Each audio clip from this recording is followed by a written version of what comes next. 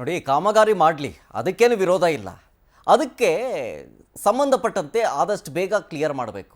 ಆಮೆಗತಿಯಲ್ಲಿ ಸಾಗ್ಬಿಡುತ್ತೆ. ಅದೇನು ಗೊತ್ತಾ, ಈ ರೀತಿಯಾಗಿ ಆಮೆಗತಿಯಲ್ಲಿ ಸಾಗೋ ಕಾಮಗಾರಿಯಿಂದಾಗಿ ಸ್ಲೋ ಮೂವಿಂಗ್ ವೆಹಿಕಲ್ ಆಗುತ್ತೆ. ಅದರಿಂದಾಗಿ ಟ್ರಾಫಿಕ್ ಜಾಮ್ ಉಂಟಾಗ್ಬಿಡುತ್ತೆ.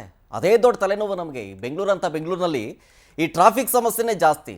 ಟ್ರಾಫಿಕ್ ಜಾಮ್ ಆಗೋದ್ರೆ ಗಾಡಿ ಮೂವ್ ಆಗೋದಿಲ್ಲ. ಆಫೀಸ್ಗೆ ಹೋಗೋರು ಲೇಟ್ ಆಗುತ್ತೆ, ಆಫೀಸಲ್ಲಿ ಉಗಿಸ್ಕೋಬೇಕಾಗತ್ತೆ. ಕೆಲವು ಸಿಗ್ನಲ್ಗಳಲ್ಲಿ ಗಂಟೆಗಟ್ಟಲೆ ಕಾಯೋ ಪರಿಸ್ಥಿತಿ ಬಂದ್ಬಿಟ್ಟಿದೆ. ಟ್ರಾಫಿಕ್ನ ಹಾಟ್ ಸ್ಪಾಟ್ ಆಗಿಬಿಟ್ಟಿದೆ ಗುರುಗುಂಟೆಪಾಳ್ಯ.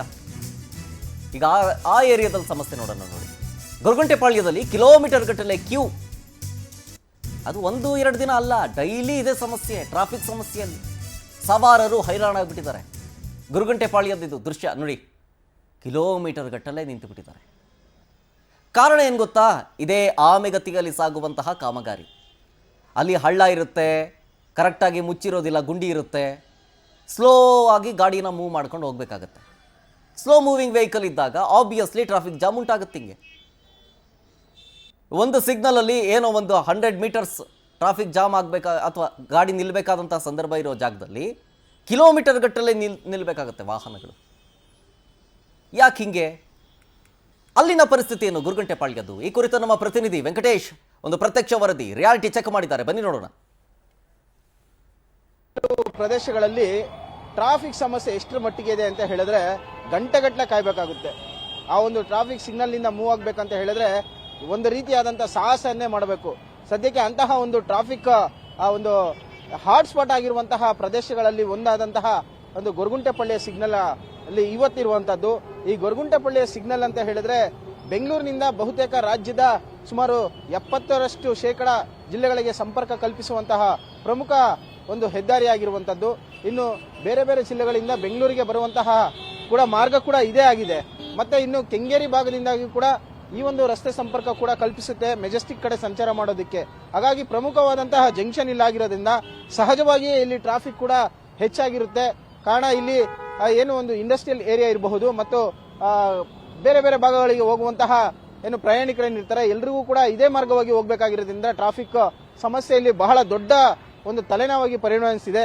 ಸೊ ಈಗಾಗಲೇ ಏನು ಡಿ ಕೆ ಶಿವಕುಮಾರ್ ಅವರು ಕೂಡ ಹೇಳಿದ್ರು, ಬೆಂಗಳೂರಿನ ಟ್ರಾಫಿಕ್ ಸಮಸ್ಯೆ ಎಷ್ಟರ ಮಟ್ಟಿಗೆ ಇದೆ ಅಂದ್ರೆ ಅದನ್ನ ಭಗವಂತನೇ ಬಂದು ನಿಂತರೂ ಕೂಡ ಅದನ್ನ ಕ್ಲಿಯರ್ ಮಾಡೋದಕ್ಕೆ ಕಷ್ಟ, ಅಷ್ಟರ ಮಟ್ಟಿಗೆ ದೊಡ್ಡ ಸಮಸ್ಯೆ ಆಗಿದೆ ಅಂತ ಹೇಳಿದ್ರು.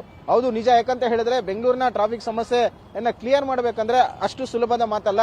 ಆ ಒಂದು ಸಮಸ್ಯೆಯನ್ನ ತಕ್ಕ ಮಟ್ಟಿಗಾದ್ರೂ ಒಂದು ಪರಿಹಾರ ಕಂಡುಕೊಳ್ಳಬಹುದು ಅಂತ ನಿಟ್ಟಿನಲ್ಲಿ ಕೂಡ ಮೆಟ್ರೋಗಳನ್ನು ಕೂಡ ಈಗ ಚಾಲನೆಗೆ ತಂದಿದ್ರು. ಕೆಲವು ಪ್ರದೇಶಗಳಲ್ಲಿ ಅದು ಚಾಲ್ತಿಯಲ್ಲಿ ಇದ್ರೂ ಕೂಡ ಕೆಲವೊಂದು ಕಡೆ ಅದು ಹೆಚ್ಚಿನ ಒಂದು ಚಾಲ್ತಿಯಲ್ಲಿ ಇಲ್ಲದೆ ಇರೋದ್ರಿಂದ ಟ್ರಾಫಿಕ್ ಸಮಸ್ಯೆ ಸಹಜವಾಗಿದೆ. ಈಗ ಸದ್ಯಕ್ಕೆ ನೋಡ್ತಾ ಇರಬಹುದು.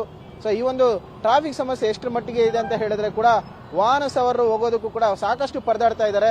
ಇನ್ನು ವೀಕೆಂಡ್ ಬಂತಂತ ಹೇಳಿದ್ರೆ ಇನ್ನು ಸಾಲು ರಜೆಗಳಂತೇಳಿ ಏನಾದ್ರೂ ಇದ್ದಿದ್ದೇ ಆದ್ರೆ ನಿಜಕ್ಕೂ ಇಲ್ಲಿ ಯಾಕಾದ್ರೂ ಈ ಕಡೆ ರಸ್ತೆಯಲ್ಲಿ ಬರ್ತೀವೋ ಅನ್ನೋಷ್ಟು ಮಟ್ಟಿಗೆ ಇಲ್ಲಿ ವಾಹನ ಸವಾರರು ಪ್ರಯಾಣಿಕರು ಒಂದು ರೀತಿಯಾದಂತಹ ಹಿಡಿ ಶಾಪವನ್ನ ಆಗ್ತಾ ಇದ್ದಾರೆ. ಅಂದ್ರೆ ಈ ಒಂದು ಬೆಂಗಳೂರಿನ ಟ್ರಾಫಿಕ್ ಸಮಸ್ಯೆಗೆ ಯಾವಾಗ ಶಾಶ್ವತವಾದಂತಹ ಪರಿಹಾರ ಸಿಗುತ್ತೆ ಅನ್ನುವಂತಹ ಪ್ರಶ್ನೆ ಸಹಜವಾಗಿ ಎಲ್ಲರನ್ನೂ ಕಾಡ್ತಾ ಇರುವಂತದ್ದು.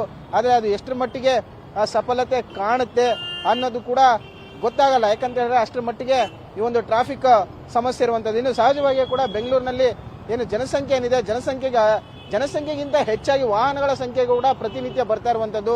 ಮಾರುಕಟ್ಟೆಗೆ ಪ್ರತಿನಿತ್ಯ ಕೂಡ ವಿವಿಧ ಬಗೆಯಾದಂತಹ ಒಂದು ಟೂ ವೀಲರ್ ಆಗಿರ್ಬೋದು, ಕಾರ್ಗಳಾಗಿರ್ಬೋದು ಎಲ್ಲವೂ ಬರ್ತಾ ಇರೋದ್ರಿಂದಾಗಿ ಜನ ಸಹಜವಾಗಿ ಕೊಂಡ್ಕೊಳ್ತಾ ಇದ್ದಾರೆ.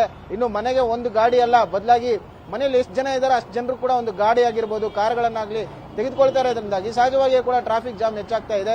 ಇನ್ನು ಡಬಲ್ ಡೆಕ್ಕರ್ ಮಾಡಬೇಕು ಅಂತ ಹೇಳಿ ಕೂಡ ಆಗ್ರಹ ಬರ್ತಾ ಇದೆ. ಅದು ಕೆಲವೊಂದು ಕಡೆ ಮಾತ್ರ ಪ್ರಾಯೋಗಿಕವಾಗಿ ಆಗ್ತಾ ಇದೆ, ಇನ್ನು ಕೆಲವು ಕಡೆ ಆಗ್ತಾ ಇಲ್ಲ. ರಸ್ತೆ ಅಗಲೀಕರಣ ಮಾಡೋದ್ರಿಂದಾಗಿ ಟ್ರಾಫಿಕ್ ಸಮಸ್ಯೆ ಉಂಟಾಗುತ್ತಾ ಅಂತ ನೋಡೋದಾದ್ರೆ ಖಂಡಿತವಾಗ್ಲೂ ಅದು ಕಷ್ಟ ಸಾಧ್ಯ ಅಂತ ಹೇಳಬಹುದು. ಒಟ್ಟಿನಲ್ಲಿ ಬೆಂಗಳೂರಿನ ಟ್ರಾಫಿಕ್ ಸಮಸ್ಯೆ ಅನ್ನುವಂಥದ್ದು ಕನ್ನಡಿಯೊಳಗಿನ ಗಂಟಾಗಿದೆ. ಅದು ಯಾವಾಗ ಪರಿಹಾರ ಸಿಗುತ್ತೆ ಅನ್ನೋದು ಆ ಭಗವಂತನೇ ಬಲ್ಲ. ಕ್ಯಾಮರಾ ಪರ್ಸನ್ ಧನರಾಜ್ ಜೊತೆ ವೆಂಕಟೇಶ್, ಪವರ್ ಟಿವಿ, ಬೆಂಗಳೂರು.